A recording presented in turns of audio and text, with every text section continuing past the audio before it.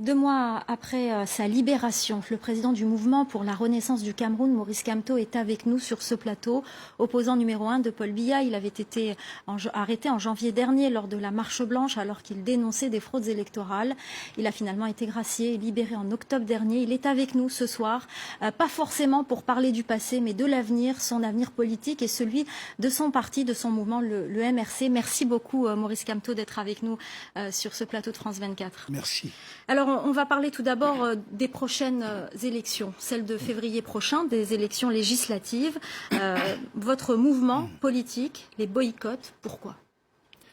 Pour 2 raisons principales. La première est la situation dramatique que vivent nos populations dans les régions du nord-ouest et du sud-ouest du pays.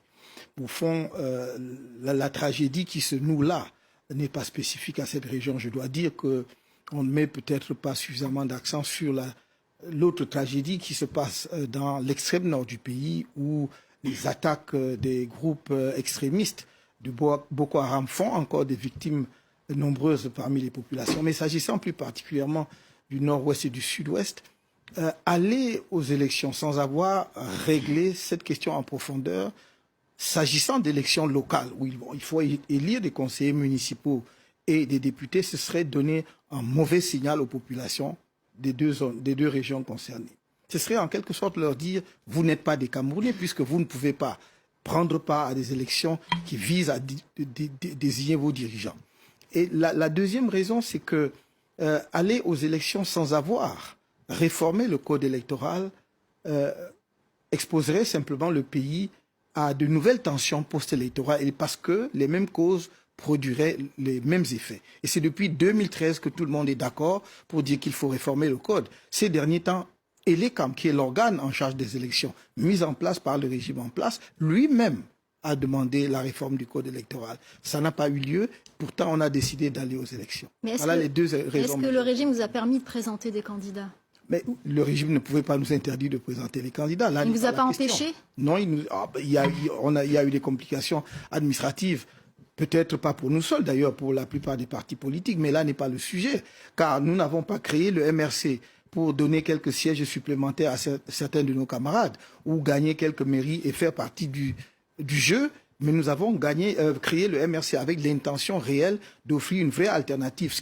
Ce que nous avons à l'esprit en permanence, c'est le Cameroun et le peuple camerounais et non nos intérêts. Alors justement, vous parlez du MRC et de ses objectifs, mais si vous ne présentez pas de candidat pour ce scrutin législatif, vous ne pourrez pas vous présenter à la prochaine présidentielle, c'est le code électoral. Oui, c'est ce que tout le monde nous dit, mais comprenez bien que nous avons pris aujourd'hui la décision que nous croyons la meilleure, que nous croyons être celle qu'il fallait prendre. Et je crois que non seulement nos militants, mais une bonne partie du peuple camerounais est tout à fait en phase avec cette décision. Maintenant, il s'agit pour nous de convaincre, d'expliquer aux Camerounais pourquoi il faut effectivement qu'on ne s'arrête pas à cela, c'est-à-dire qu'on aille plus loin pour faire les réformes nécessaires pour amener dans notre pays l'apaisement indispensable qui peut créer les conditions de développement économique. Aujourd'hui, aucun investisseur ne peut prendre la direction du Cameroun à cause de l'instabilité du pays. On ne peut donc pas dire que l'on soutient le régime actuel à cause de l'instabilité qu'il procure. Il n'y a pas de stabilité du tout.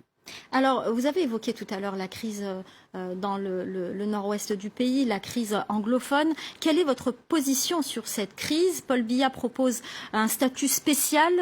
Est-ce que vous êtes d'accord avec cette proposition? Est-ce que vous irez, vous, plus loin vers un fédéralisme, par exemple? Mais pour être d'accord ou pas d'accord, il faudrait savoir le contenu de ce statut spécial. Le problème est là, c'est que personne ne sait quel est le contenu de ce statut spécial.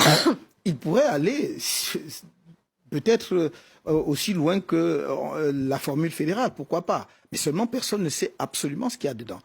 Ce que je peux dire aujourd'hui, c'est qu'il serait absolument irréaliste de proposer aujourd'hui des solutions qu'on aurait dû appliquer il y a 3 ans.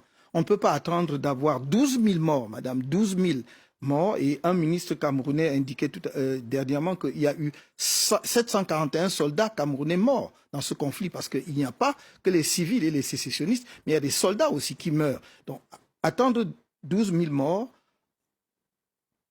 plus de 500 000 déplacés internes, 40 000 réfugiés, 3 années scolaires perdues, 2 régions déclarées par le gouvernement lui-même fiscalement sinistrées pour proposer des solutions qui ne prennent pas en compte les préoccupations majeures qui sont la réforme de l'État. Il faut donc au Cameroun aujourd'hui aller vers une solution qui donne satisfaction aux populations qui ont pris les armes, entre autres. Et la formule fédérale semble être celle qui rassemble la majorité des Camerounais aujourd'hui. Moi, je n'ai aucun problème avec une formule fédérale qui permettrait aux Camerounais de gérer leurs affaires et de développer leur région, leur collectivité. Alors, vous avez évoqué un bilan sur cette région du nord-ouest du Cameroun, mais qu'en est-il aussi du bilan de la répression? Vous en avez été vous-même victime, si je puis dire, puisque vous avez été emprisonné. Qu'en est-il de ce bilan? D'abord, je n'ai pas été gracié, ni moi, ni mes camarades, comme vous l'avez dit. Il y a eu arrêt des poursuites et si j'ai bien compris, le ministère public abandonne des charges, d'ailleurs. Donc, parce que pour être gracié, il faut d'abord avoir été condamné. Nous n'avons pas été jugés. Ce que je peux dire, c'est que nous vivons un moment particulièrement dramatique s'agissant des libertés publiques et des droits de l'homme au Cameroun. Il n'y a plus de limite. Nous n'avons jamais atteint un tel niveau de violence politique par le passé. Je pense que les services de sécurité en particulier se donnent tous les droits. Et le niveau de torture que l'on a atteint, nous ne l'avons jamais connu au Cameroun. Mais je voudrais également souligner que nous avons passé 9 mois en prison pour rien.